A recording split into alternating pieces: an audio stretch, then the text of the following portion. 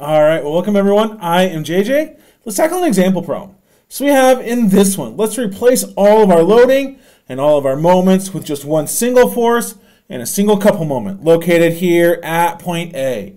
Then we're going to show this on a sketch, so move that to A and just draw what we have, just so we can see, do we really understand what we are finding as we go through that. Let's jump in and go for it. So we're trying to do equivalent loading. We need that end result down here to have the same sum of our forces, same sum of our moments. So we're going to sum up all of our forces in the x and the y and then find a single resultant force. Then we'll sum, before we do anything or move any forces, we'll sum our moments about A and figure out our resultant. That resultant will become a couple moment that we'll put down on our picture at the bottom. So let's just go ahead and go for it. If I'm trying to sum up my forces, let's do forces in the x first. So we can say, let's sum our forces in the x direction. So I have in here, 25 is only in the y. This is a moment, so I don't put it in. I have an x component from this 20 kip force, though. It points to the right, so let's get it in as positive. 20 cosine of 70. I'm using cosine because my angle comes from horizontal. If I continue on, I do have a couple moment here. It's a moment, not a force, so we leave it off. I have 15, though. Points to the left, so I need to subtract that out. Minus 15. And then finally, I have a force that points to the right here, a 5 kip going down and to the right. That means I add in the x component. Plus, I want to take the x leg of the triangle, divide by the hypotenuse. Plus 4/5 of 5. Or this is going to get us to negative 4.16 kips.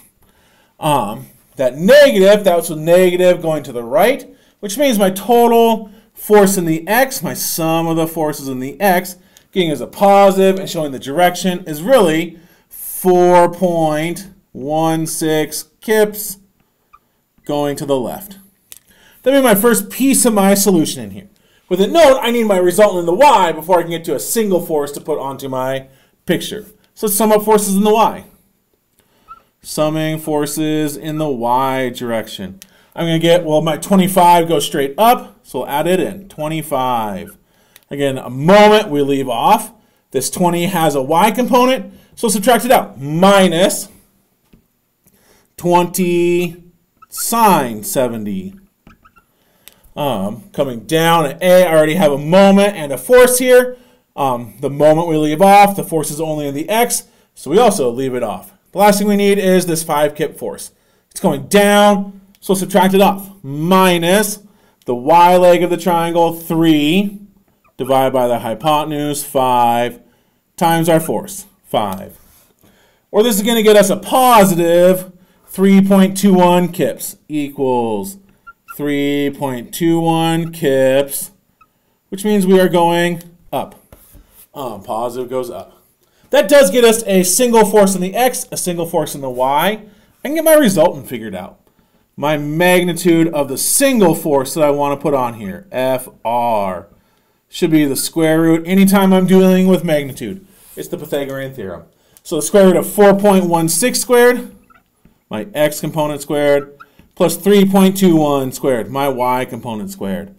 Or the magnitude of this force is 5.25 kips. So that'll be the force I need to put on. I also need to know its direction. So remember, when we're checking direction, we're going to come in and draw just a real quick picture. I want to show, if I get my y-axis set up and my x-axis set up. We're going to sketch in that x component first. So we want to go over in the x direction, whatever fx was, 4.16. From the tip of that x component, we'll go up by the y component. So up 3.21 kips. Up 3.21 kips. But the diagonal, the hypotenuse of this triangle, that is FR, the magnitude of FR. We know it, it's 5.25. But what we're really figuring out here is our resultant's angle should always measure counterclock, or should always measure from my x component to the resultant. So I'm going clockwise in this case from negative x into the second quadrant. So I want to actually show my force that way. Basically, we haven't gotten it yet, but I know I'm going to measure down here from A. My force will point from A up into the second quadrant with a magnitude of 5.25 kips. So I can actually sketch that in. I'm going somewhere like this. My force here is 5.25 kips. And I am going up and to the left here. At some angle, we'll find in just a second in here.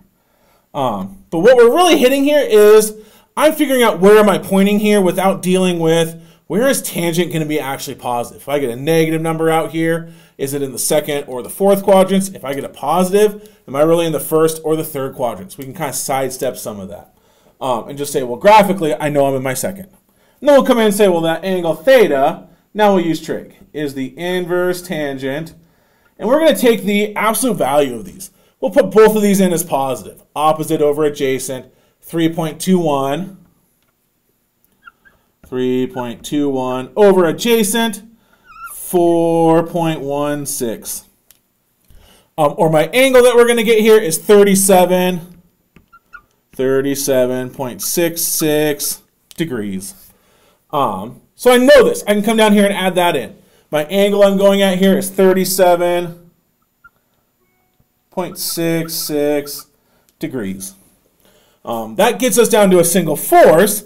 Our problem, though, asks for a single force and a couple moment. So that couple moment, right now, without it, I have the same tendency to translate this object, slide left and left, up and down. But I have a different tendency to rotate if I leave it off. This thing is not going to rotate about point A. This one would have some rotation. So to offset that or to account for that, we need to come in and sum up our moments. So some moments at point A. We'll go with positive, goes counterclockwise. I'm just summing moments about point A in that original given picture. So again, let's go piece by piece in here. Let's actually start with our couple moments. So I have the 420 or 475 was going counterclockwise. So I'll add that in, 475. My 50 here was going clockwise, so minus 50. And then we need our moments from all of the forces. 1, 2, 3 forces. So I have to account for each of those. So we go with the 25. That one would cause a counter or a clockwise rotation about point A. So subtract that off. Minus the force is 25. It's entirely in the y. So I need an x distance. From here, from the line of action from my arm back to A is 5 plus 4. 5 plus 4 is 9. So times 9. Then we can come over, we'll get to this 20 kip force. Both the x and the y components of that coming down will cause rotation. That x component would be a clockwise rotation, so subtract it out, minus 20 cosine of 70. That's an x force. So from my x force to get down to A, I drop a y distance, 6 feet, times 6.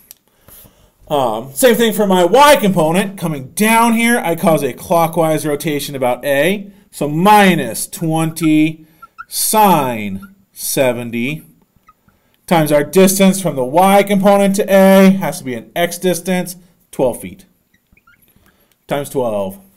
And then finally, I get rotation from this 5 kip force. The y component will pass through A, so it's causing a distance of 0, causes no moment. We should just leave it out of this equation. But I do get moment from that x component. Going to the right here, it will cause a clockwise rotation. Sorry, that's a counterclockwise rotation about A. So I want to add this in.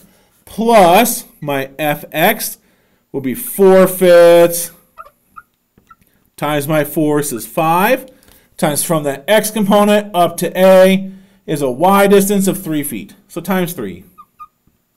But if I add all of that up, I'm going to get here that my total moment about A is negative 54.57 kip feet. That was negative when we said this is going to be going counterclockwise. What we're getting here is I just guessed wrong. This is really going to tell us that our total moment about point A was, we'll drop the negative, change that direction. A positive 54.57 kip feet going clockwise. And our final step is just stick this moment here onto our sketch. So coming down, we can show this anywhere, doesn't really matter, but I know it goes clockwise and its magnitude is 54.57 kip feet, which would be my final answer. We're down to a single force here, 5.25 kips at a 37.66 degree angle from the negative x-axis clockwise up into the second quadrant, and a moment in there. Single force, single moment for everything. Hopefully this is a useful video for you. If it was, hit the like and subscribe buttons. Stick around, watch more videos. Let's get Q&A with JJ.